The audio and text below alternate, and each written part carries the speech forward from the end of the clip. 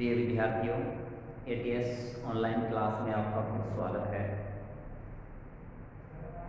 हम कक्षा 10 की हिंदी विषय के अंतर्गत संधि का जो प्रकरण है उसके बारे में अध्ययन कर रहे थे और इस टॉपिक में हम संधि की परिभाषा पढ़ चुके थे।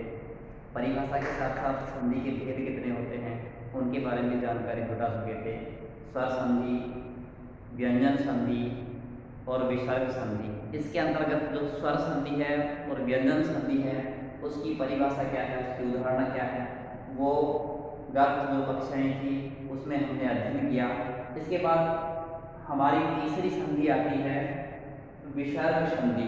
इससे पहले स्वर संधि के बारे में हमने पढ़ा था कि स्वर संधि में स्वर और स्वर का मेल होता है, दो स्वर मिलके किसी तीसरे स्वर का निर्माण करते हैं। उसके बाद व्यंजन संधि थी और व्यंजन संधि के अंतर्गत हमने पढ़ा था कि वह संधि जिसमें व्यंजन के बाद स्वर या व्यंजन के बाद व्यंजन आता है और वो मिलके किसी व्यंजन का निर्माण करते हैं तो वो व्यंजन संधि कहलाती है। आज हम ये जो संधि है, संधि का जो तीसरा भेद है विसर्ग संधि, इसके बारे में विस्तार से अध्ययन करेंगे। तो देखिए, जैसा कि इसके नाम से ही स्पष्ट है, विसर्ग संधि यानी इसमें विसर्ग का जोड़ होता है, विसर्ग का मेल होता है और किससे होता है, या तो स्वर से होगा या व्यंजन से। तो विसर्ग के साथ स्वर या व्यंजन के मेल होने से या मिलने से जो वर्ण बनता है, जो परिवर्तन होता है, उसको हम कहते हैं विसर्ग संधि। नाम से ही स्पष्ट है, तीनों में स्वर संधि में स्वर का मेल होता है, व्यंजन संधि में व्यंजन या स्वर का मेल होता है और विसर्ग संधि में प्लस के पहले विसर्ग होगा, ये ध्यान रखना। और विसर्ग प्लस के बाद में स्वर भी हो सकता है और व्यंजन भी हो सकता है। जैसे देखिए इसमें विसर्ग संधि, विसर्ग के साथ स्वर या व्यंजन के मेल से जो विकार उत्पन्न होता है, विकार का होता है परिवर्तन, विकार का होता है परिवर्तन। यानी विसर्ग के बाद अगर कोई स्वर आता है या कोई व्यंजन वर्ण आता है और किसी नए वर्ण का निर्माण होता है, कोई नया वर्ण हमारे सामने उत्पन्न होता है परिवर्तित होकर, तो उसको हम कहेंगे विसर्ग संधि। जैसे उदाहरण देखिए इसके, नीही प्लस चैक, इन दोनों का अगर हम जोड़ेंगे तो बनेगा निश्चय। यहाँ पे देखिए परिवर्तन क्या हुआ है, विसर्ग है, प्लस के बाईं तरफ विसर्ग है, दाईं तरफ चय, चय होता है आपका व्यंजन। यानी विसर्ग के साथ किसका मेल हो रहा है, व्यंजन का मेल हो रहा है और ये विसर्ग इसमें परिवर्तित हो गया, क्षय में परिवर्तित हो गया। दूसरा उदाहरण है दुहु प्लस चरित्र, इन दोनों को यदि हम जोड़ते हैं तो हमारे सामने शब्द बन के आता है दुष्चरित्र। यहाँ पे विसर्ग, विसर्ग के बाद में चय है, यानी विसर्ग का व्यंजन से मेल हो रहा है और ये विसर्ग व्यंजन से मिलकर कौन से नए वर्ण का निर्माण कर रहा है, कौन सा विकार उत्पन्न हो रहा है, ये क्षय वर्ण इसमें निकल के आ रहा है, ये बन गया आपका दुष्चरित्र। इसमें जोड़ देते हैं विसर्ग और व्यंजन का। तो यही अपन ने परिभाषा में इसमें देखा था कि विसर्ग संधि जो होगी उसमें विसर्ग के साथ स्वर या व्यंजन का मेल होता है। तीसरा उदाहरण है नीही प्लस छल, और विसर्ग के बाद क्षय है, ये व्यंजन है, ये विसर्ग है, इस व्यंजन के साथ विसर्ग का योग हमने किया है तो ये विसर्ग फिर क्षय में परिवर्तित हो गया। तीसरा उदाहरण, चौथा उदाहरण है तप है प्लस वन, यहाँ पे विसर्ग और विसर्ग के बाद में वह है, वह किसके अंतर्गत आता है, व्यंजन के अंतर्गत आता है।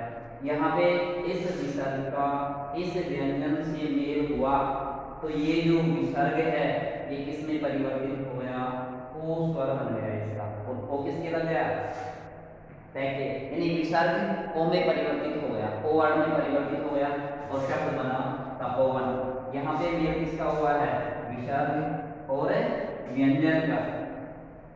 पांचवा उदाहरण देखते हैं इसका, ये उदाहरण तो थे विसर्ग के बाद व्यंजन के, यानी अपन ने परिभाषा में देखा है कि विसर्ग के साथ स्वर भी आता है और व्यंजन भी, और फिर उसमें परिवर्तित हो जाता है, विकार हो जाता है। तो ये तो विसर्ग के बाद व्यंजन आते हैं तो कैसे उसमें परिवर्तन हो, ये उदाहरण है। यदि विसर्ग के बाद स्वर आता है तो किस प्रकार से परिवर्तन होता है, मनः प्लस अनुकूल, यानी ये विसर्ग है और ये ए है, ए क्या होता है, स्वर होता है।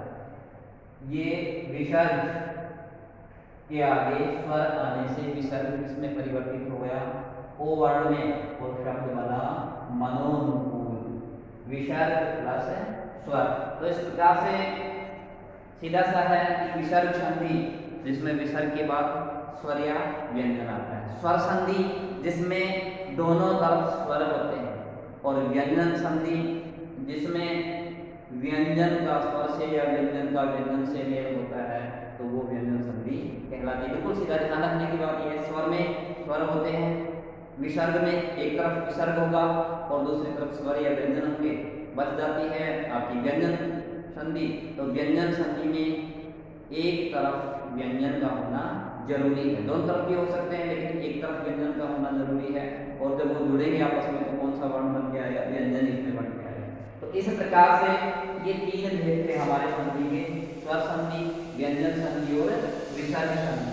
अब ये जो संधियां हैं एक एक संधि को हम विस्तार से पढ़ेंगे। तो सबसे पहले हम लेते हैं स्वर संधि को।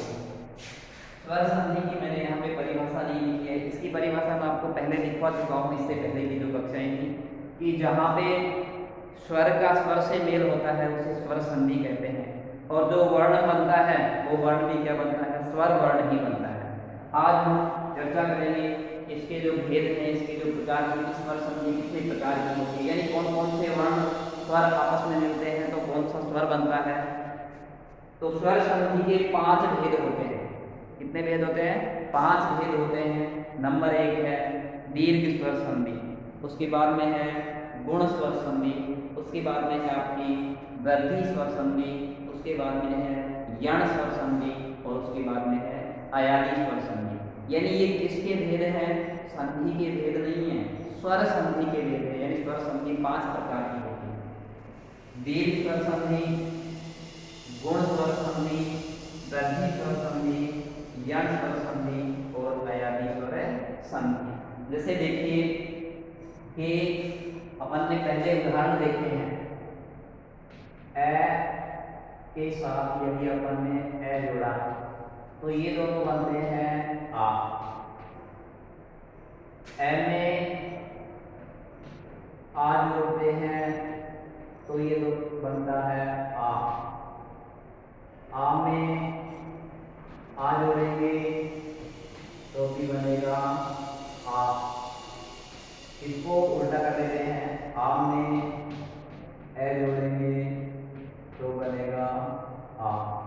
यानी इन दोनों वर्णों को ए और आ को आपस में हम किसी भी तरह से जोड़ें, अंत में रिजल्ट जो आता है वो इस वर्ण के रूप में आता है, आ ही बनता है। यानी पहली जो संधि है दीर्घ स्वर संधि, दीर्घ का अर्थ क्या होता है, बड़ा। यानी जब दो समान स्वरों को हम आपस में जोड़ते हैं तो क्या बनता है, दीर्घ बनता है। जैसा कि इसके नाम से स्पष्ट है, दीर्घ स्वर संधि। ज्यादातर जो शब्द होते हैं हमारी हिंदी में, तो उस शब्द का अगर आपको अर्थ पता है तो निश्चित ही आप उसको अच्छे से समझ सकते हैं, उसकी परिभाषा निकाल सकते हैं, उसके बारे में अच्छे से जानकारी जुटा सकते हैं। उसकी परिभाषा उसके अर्थ में ही निहित होती है, दीर्घ स्वर संधि। यानी दीर्घ का अर्थ क्या होता है, बड़ा। अब बड़े का मतलब क्या हो गया, मैंने आपको बताया था कि जो स्वर होते हैं हमारे वो 2 प्रकार के होते हैं, ह्रस्व स्वर और दीर्घ स्वर। ह्रस्व स्वर कौन कौन से थे, ए, ई, उ और री, ये आपके ह्रस्व स्वर हैं। अब क्या है कि जब हम 2 समान ह्रस्व स्वरों को आपस में जोड़ते हैं तो वो क्या बन जाता है, दीर्घ बन जाता है। समान का मतलब क्या है, ए और आ समान है, ई और बड़ी ई, उ और बड़ा उ, री और बड़ी री। इनको यदि हम आपस में जोड़ेंगे, यानी ए के साथ आ ही रहेगा, ए के साथ आ जोड़ते हैं, आ में ए जोड़ते हैं, ए में ए जोड़ते हैं, आ में आ जोड़ते हैं, यानी प्रत्येक स्थिति में दीर्घ वर्ण बनेंगे। ये दीर्घ हैं, ये क्या है, चारों ये दीर्घ हैं और ये ह्रस्व स्वर है। यानी समान ह्रस्व स्वरों को को जब हम आपस में जोड़ते हैं तो कौन सा वर्ण बनेगा? दीर्घ वर्ण या दीर्घ स्वर बनता है।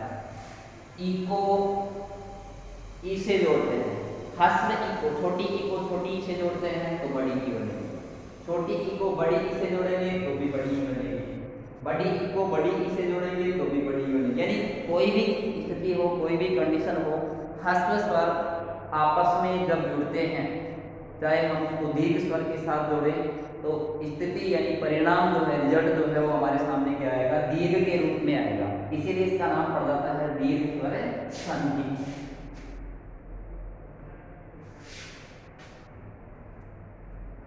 ई देखते हैं, छोटी ई और छोटी ई, इन दोनों को जोड़ेंगे तो बनता है बड़ी। छोटी ई के साथ में बड़ी ई जोड़ेंगे तो बनती है बड़ी ई। बड़ी ई यानी बड़ी मतलब दीर्घ भी बोल सकते हैं हम इसको, दीर्घ ई और दीर्घ ई, परिणाम क्या होगा? दीर्घ ई हमारे सामने होगा। दीर्घ ई के साथ में ह्रस्व ई यदि हम जोड़ते हैं तो भी परिणाम दीर्घ ई के रूप में हमारे सामने आएगा। इसी प्रकार यदि हम अगला ह्रस्व स्वर लेते हैं, ऊ लेते हैं, ह्रस्व ऊ प्लस ह्रस्व ऊ बराबर दीर्घ ऊ, ह्रस्व ऊ प्लस दीर्घ ऊ बराबर दीर्घ ऊ। दीर्घ ऊ को दीर्घ ऊ से जोड़ेंगे तो भी हमारे सामने दीर्घ ही आएगा, यानी जो परिणाम है वो दीर्घ स्वर के रूप में आता है। इसीलिए इसका नाम पड़ा है दीर्घ स्वर संधि। उदाहरण देखिए इसके, हरि प्लस ईश बराबर हरीश। अब देखिए इसमें प्लस के दोनों तरफ कौन कौन से स्वर हैं उसकी तरफ हम ध्यान देते हैं। हरि प्लस ईश, यानी इस री में कौन सा स्वर है? ह्रस्व ई प्लस दीर्घ ई हमारे सामने है। इन दोनों को जोड़ते हैं तो अपन ने देखा है कि ह्रस्व के साथ यदि दीर्घ को जोड़ेंगे तो भी कौन सा वर्ण बनेगा? दीर्घ ई बनेगा। ठीक है, अब ये दीर्घ ई की मात्रा क्या होती है? ये होती है, और हमने री के लिए दीर्घ ई की मात्रा लगा दी और शब्द बन गया हमारे सामने हरीश। हिम, हिम प्लस आलय, यहाँ पे देखिए मैं में ए प्लस आ हमारे सामने है और ए में ए आ जोड़ते हैं। अभी लिखा है अपन ने, यदि ए में आ जोड़ेंगे तो भी क्या बनेगा? आई बनेगा। तो ये आपकी मात्रा किसमें लग जाएगी? मैं में, और शब्द बन जाएगा हमारा हिमालय। तो यहाँ तक अपन ने पढ़ा है स्वर संधि की परिभाषा, को संधि की परिभाषा, संधि के भेद, स्वर संधि, व्यंजन संधि, विसर्ग संधि, उदाहरण दिए हैं प्रत्येक के 4-4, 5-5। और उसके बाद अपन ने पहली संधि की शुरुआत की है स्वर संधि। स्वर संधि के 5 भेद होते हैं: दीर्घ स्वर संधि, गुण स्वर संधि, वृद्धि स्वर संधि, अयादि स्वर संधि और यण स्वर संधि। इसमें एक एक का हम आप विस्तार से अध्ययन करेंगे उदाहरण से कि कौन से वर्ण के बाद कौन सा वर्ण आने पर उसमें किस प्रकार से परिवर्तन होता है या विकार होता है। तब तक के लिए धन्यवाद।